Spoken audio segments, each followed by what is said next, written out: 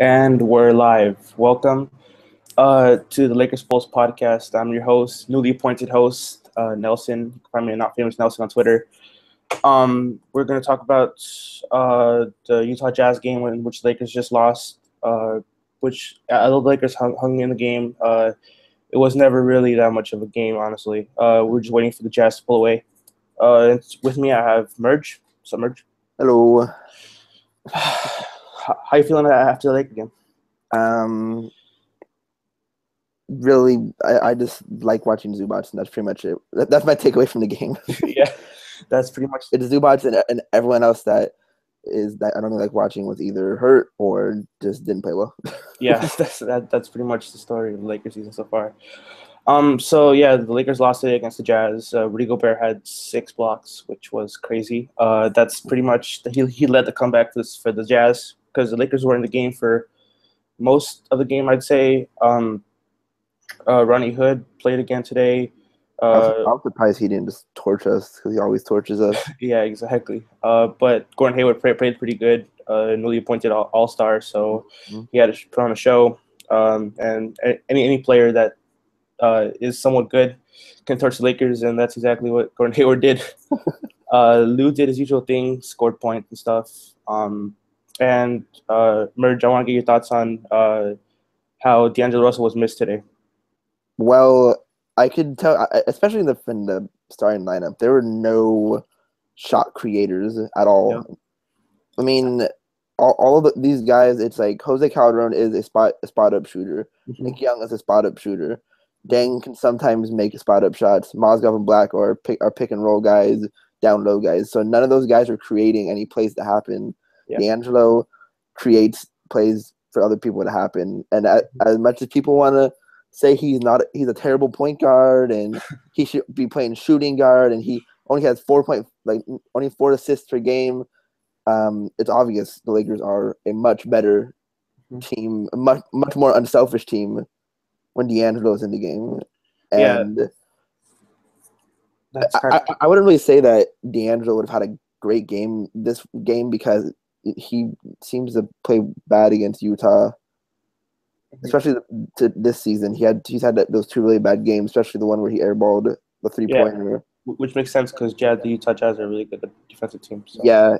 Their perimeter defense. I mean, the whole defense is good, but their perimeter defense is really solid with George Hill. But D'Angelo would have created more shots for people like Zubats or Jordan Clarkson or even Luol Deng or Nick Young. So he was definitely. As for most games he's out, he was missed heavily, and once he comes back, I wouldn't say we'll start winning games, but the games will look a lot more exciting or a lot more watchable. Yeah, the Lakers obviously need a playmaker for this type of offense, and I mean that's visible because it's a ball movement based offense, and D'Angelo Russell makes the extra pass all the time. Like he gets a bunch of hockey assists.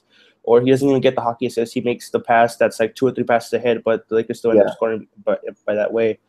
And yeah, he just creates looks for the other team. Like after Tariq got that dunk and the Lakers got to that little quick start, the Jazz held the Lakers and the Lakers couldn't score. The starting lineup was bad, as expected.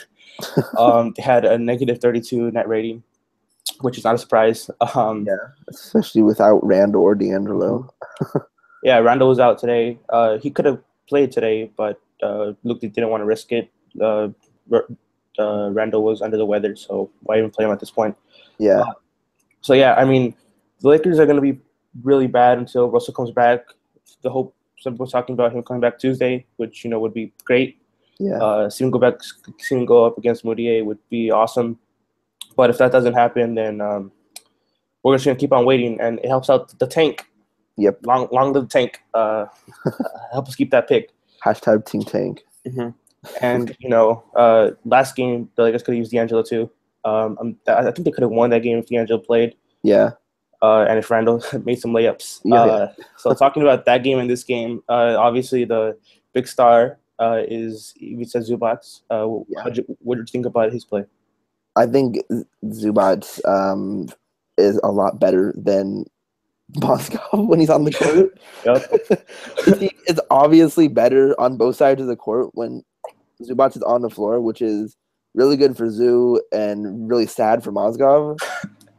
4 years, 64 million, by the way, guys. Man, I'm just gonna keep looking at Zubac and being happy about him. But Zubac just like he creates so much space. Yeah. Compared to Mozgov. I mean, he has that mid-range jumper, even though he's not really given a chance to shoot it much. I think teams kind of know that he can hit it. Mm-hmm. So there's more space out there or inside than there is when Mozgov is out there. Zubac seems to be a better shot blocker than Mozgov, already a better shot blocker than Mozgov. He's really good going vertical, even though he does have some problems with which hand he goes up with. Yeah. He's really good on really good on pick and roll. He's like that's where he's best at. It's his pick and roll offense. He has really nice touch. I mean, he's played how many games this year? Like how many actual games? He's played like 6 actual games this year. Yeah, a couple. And he has 3 double doubles in those 6 games. Right.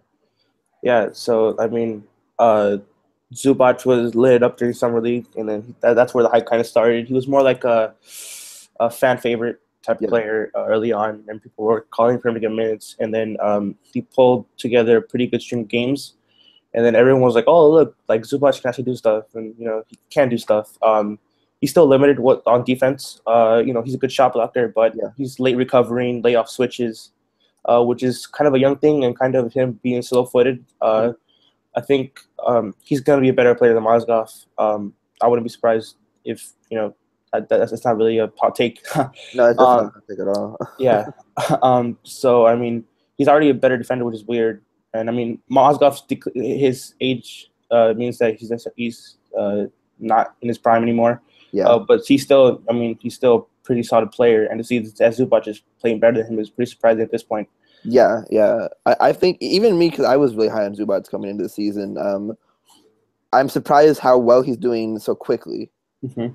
And I expected that, okay, after All-Star break, Luke will start playing all the young guys a lot more. He gives Zubac minutes. He'll find break into the rotation, and he'll show what he got, what he has. But he's like putting up very good, very, very good bench center numbers. And I think he's showing he can, right now, he can be a starting center.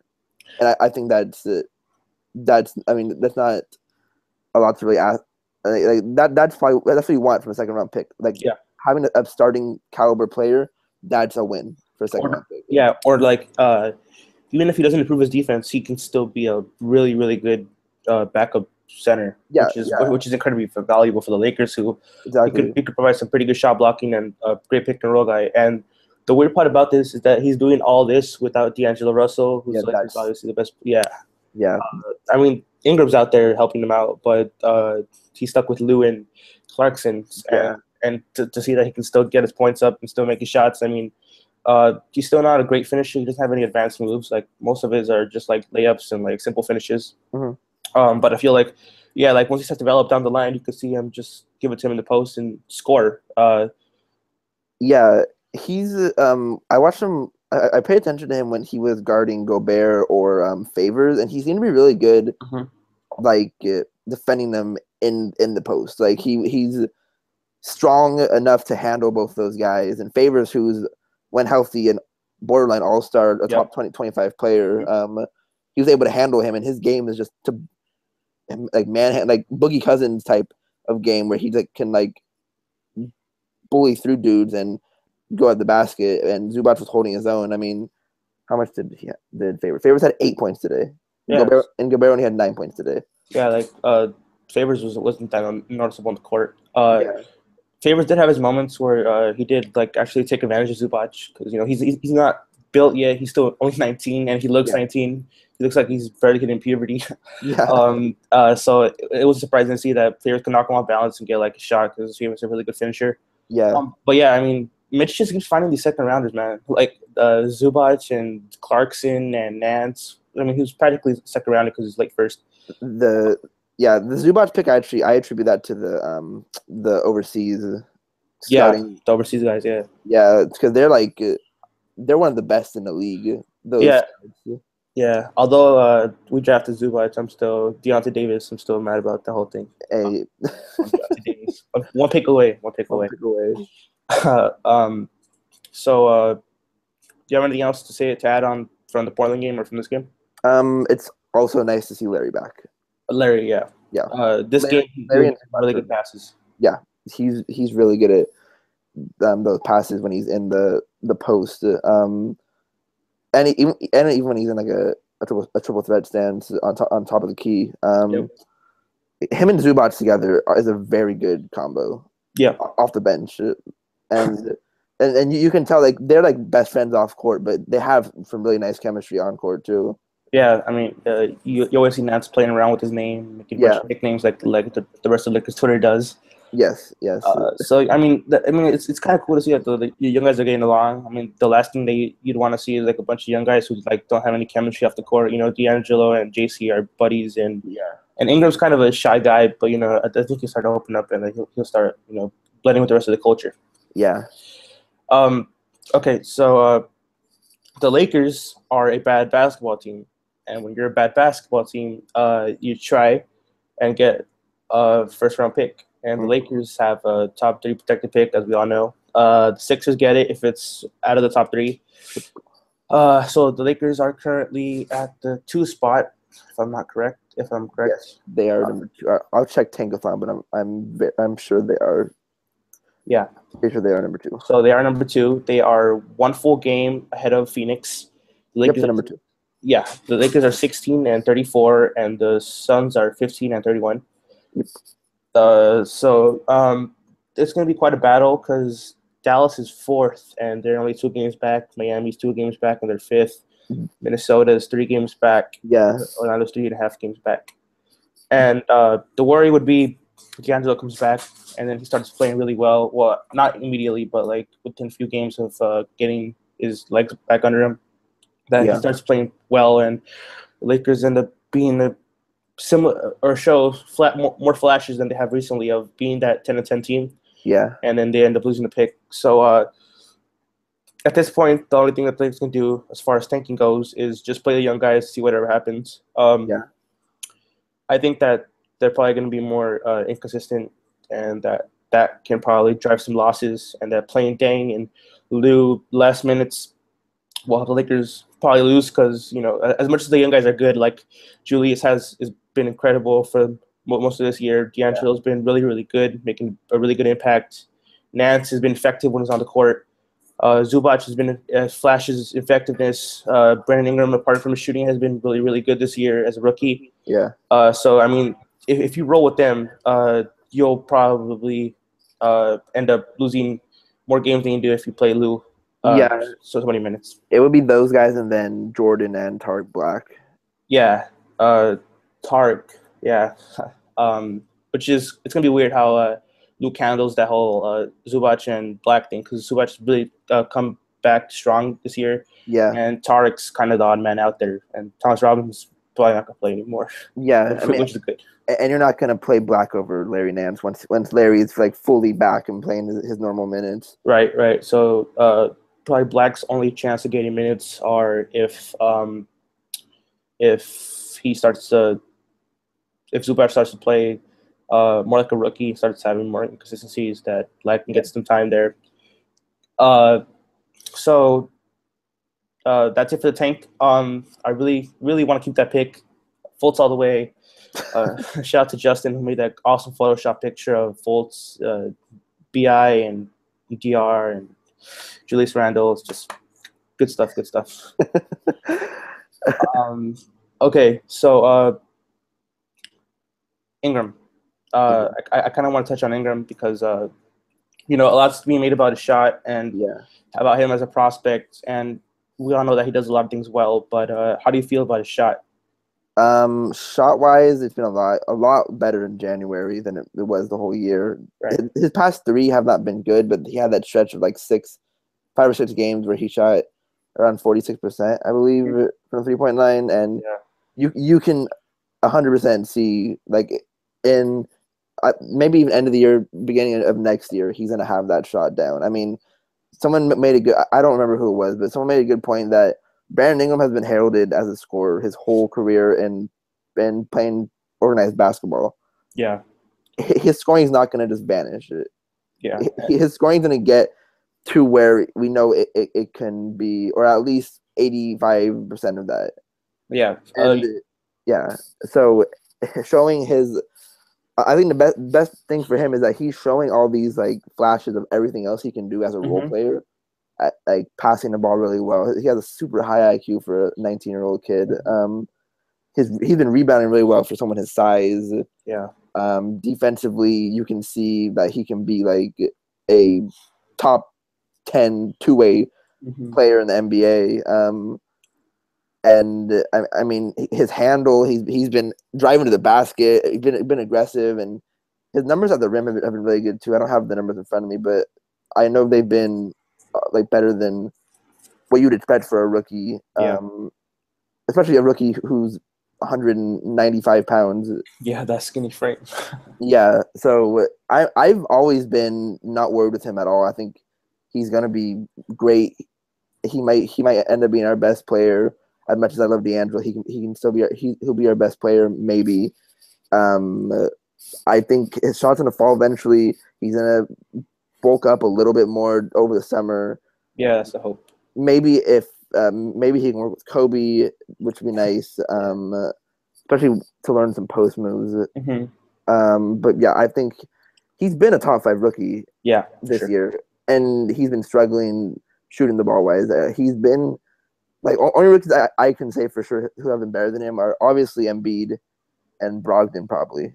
Maybe Dario, but besides that, no one else has been obviously better than Ingram this year. Everyone else has been inconsistent. Buddy Hield's been inconsistent. Jamal Murray's been inconsistent. Bender doesn't get the right playing time. Chris has been inconsistent. And bad.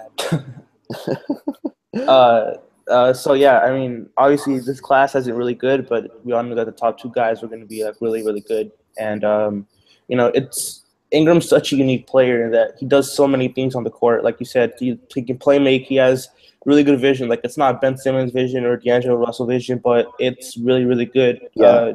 He has a really high IQ. He's a really good cutter. Moves well without the ball, which is what makes him have so much potential as a wing. He can guard threes. He probably could guard 4s down the line. He can guard 2s right now.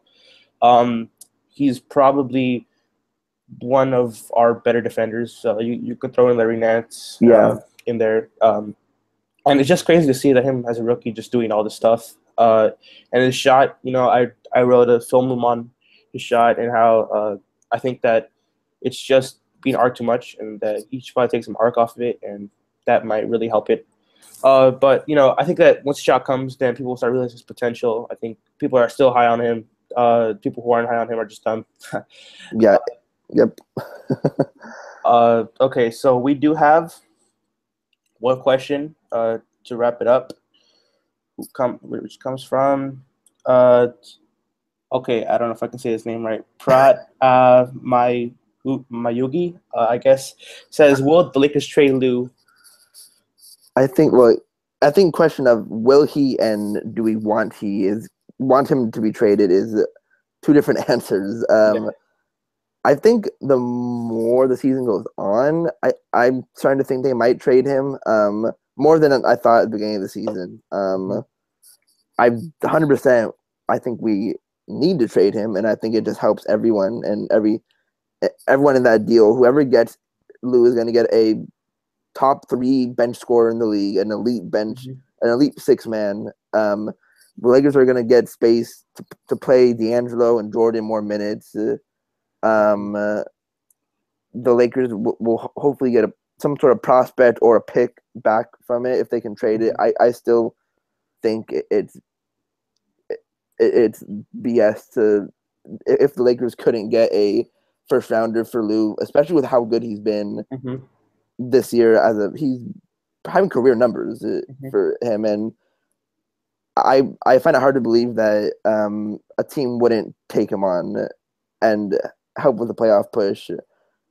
Will he? I'm gonna say no right now. I don't think they trade anyone, but if they keep losing games like this and I think slowly Mitch is just gonna have to trade them, or like he's gonna get fired.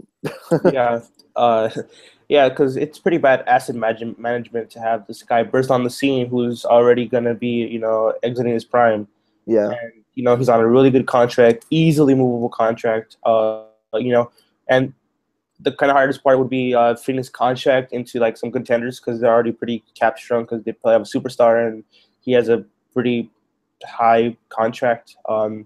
So finding the perfect fit, it's not exactly super easy, but you can see how the Wizards need a scorer like Lou. The Magic could use a scorer like Lou, yeah, and then probably give us back Hazonia, maybe a first or a second or whatever, and then Kelly Oubre too yeah, would be a great get for us because the Lakers they need wings, and Lou is a shooting guard who can score points and doesn't play defense and has improved playmaking, which should entice teams more because he's not just like an ISO scorer; he can also pass, yeah, which we learned this season. Um, so I think it's pretty obvious that the Lakers need to trade Lou. If they don't trade Lou, then that one's on Mitch because I'm like you said, like there's a market out there, and my worry is that maybe because Mitch is known to overvalue his assets, that he probably hasn't found a deal that's like, all right, this is what I want. yeah, I'm sure he has a price in mind, and teams aren't hitting it because they're like, all right, the Warriors and the Cavs, they're like the super team, and these super teams, and we're not gonna mess with them at all. So yeah. they're like, whatever, we'll just keep coasting, and then hopefully there's an injury or something like that, and then we'll pull the trigger. So yeah, um, I wouldn't mind selling low on Lou. I don't know how we feel about that. Like thinking, Yeah, I think that selling, I wouldn't mind it because I think trading him, it does some for players too, because again it opens up minutes for D'Angelo, who desperately needs to play 30+ minutes. Mhm. And it does seem when D'Angelo does play a lot of minutes, Lou's on the court with him, so his ability as his full ability as a playmaker and a point guard is capped having Lou out there with him. Yep. So trading him and getting something like like players like a KJ McDaniels or Right. Deontay Davis, or even just taking out a contract and getting like a second rounder. Like I would do that. I mean, because if at this point, if it gets to a point where no one is biting and no one wants to do a first rounder or a prospect for Lou, I think you just need to get something for him because you're not going to get anything for him next year. Yeah. No one's going to want to get a rental for Lou next year. So which should make him even more enticing because you have him this year for a playoff run, and then next year you can do it all over again, and you still be on the books with another reasonable contract, especially with the CBA and stuff. Yeah, exactly. So I mean, we talk about wanting to trade Lou, but Nick Young, who keeps playing consistently well. He has a couple games where he has a bad shooting night, and a bad defensive night. I think that's definitely another guy who you could find even like a mid second rounder, something like that. I'm sure you could find something to there was this trade I heard. I'd like to credit this to Lakers Legacy podcast, but they were saying Nick Young to the Rockets. Right. They said KJ McDaniels and Tyler Ennis. I would rather have KJ McDaniels and Okongwu from Louisville, the center with the underhand free throws. Onuaku, I think. Yeah, Onuaku. Yeah, my bad. Onuaku. Yeah, because I did it on a trade machine and it works for a trade. Mm-hmm.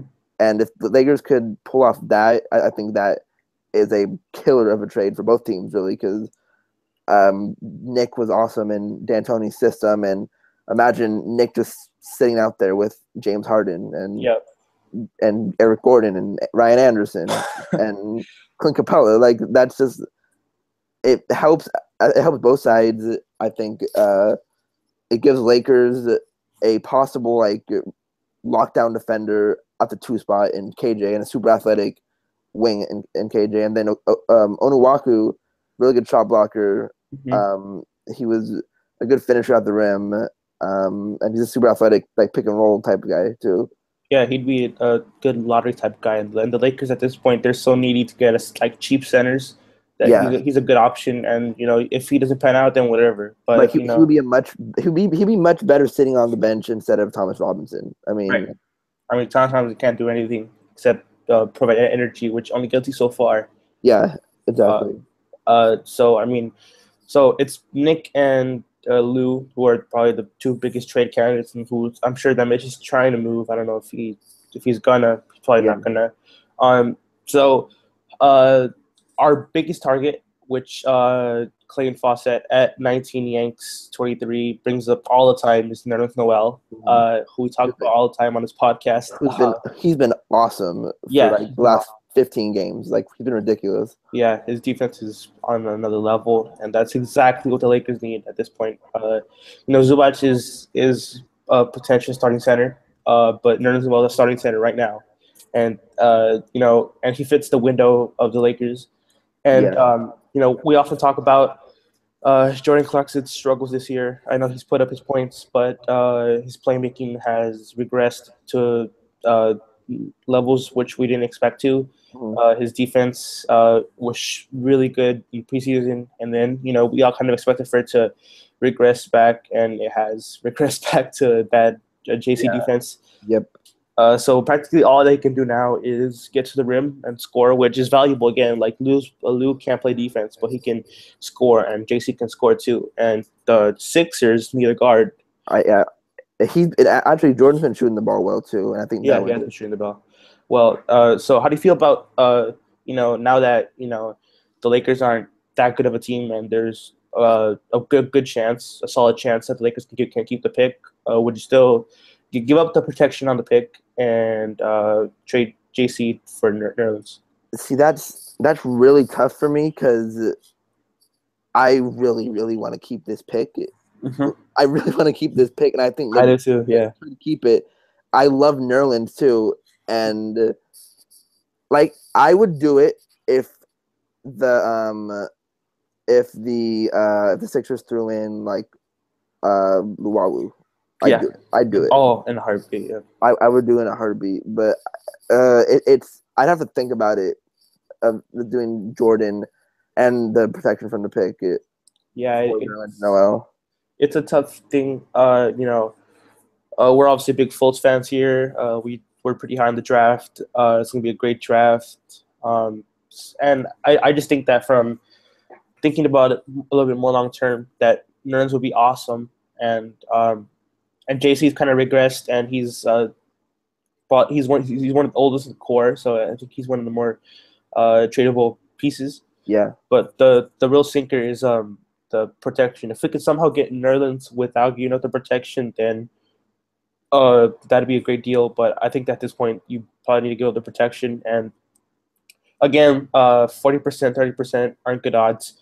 But those are better odds than having nothing. And in this loaded class, cheap contract, really, really high upside players, the Lakers need athletes like Fultz and Jackson and the playmakers, and they have so many needs that I think that the draft is just the better way to go. Yeah, I just think that if the Lakers get a Fultz or a Jackson or a Ball or Isaac or something like that, then it just puts them, it like certifies them as a top 3 young team potential. It puts them up with the Sixers and the Timberwolves. Yeah, for sure. I think that even if they got Josh Jackson, like you said, him and Ingram on the perimeter would just be awesome. And it's a real shame that there's not a really good top flight center in this draft. Yeah, there's a couple good mid first, early second guys like Jared Allen and even Marquise Bolden. If he commits, he'd be a flyer guy who's super long and athletic. We could see taking a flyer on.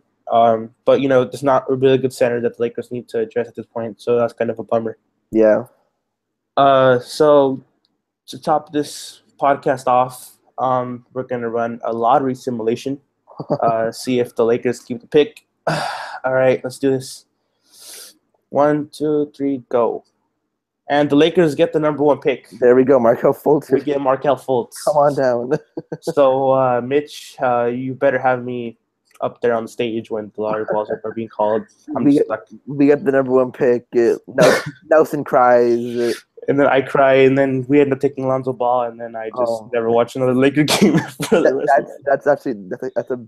That's a big kind of nightmare situation for me. Yeah, it is. As much as high as we are on Lonzo Ball, if you have a chance to get a franchise-changing player like Fultz, yeah, I think Ball is a all-star. I think Fultz could be the best player in the league. Yeah, Fultz can definitely be the best player in the league. And he could beat him and D'Angelo in the backcourt would just be insane. They'd be in no doubt. I think they'd be the best. They'd have the best young core in the league, in my opinion. Yeah, if they get Fultz and you have those two together, in 4 years, like Stephen Clay and Beal and Wall and DeRozan and Lowry, I think they'll have nothing on them, honestly. Yeah, so much athleticism. They both are. Fultz is still an inconsistent shooter, still streaky at times, but he's improving his shot. He has insane defensive potential. Whether he realizes it or not, I think he probably will because he has really good instincts, and he's athletic. He's a perfect guard to contrast D'Angelo, who's more of a less athletic, more skilled guy, and Fultz is more of a freak athletic guy. Which would be a good contrast. Yeah. So that'll do it for this edition of Lakers Pulse podcast. Follow at Lakers Pulse for all your Lakers news and updates and my 1,500 word articles. You can catch me at Not Famous Nelson and Merge. What's your Twitter handle? At Merge Christian. All right, you heard it here, folks. First, folks, make sure to follow also Clayton 19 Yanks 23. He's the host of the Backdoor Cut podcast, which we're usually on, but hashtag Free Christian Emerge has evolved, and we are here. I am the host of this podcast, my first podcast hosting. Hopefully, more to come. Yeah. Hopefully, I didn't do too bad of a job. Feel free to leave a comment, subscribe, and thank you for watching. See you on the next one. Peace.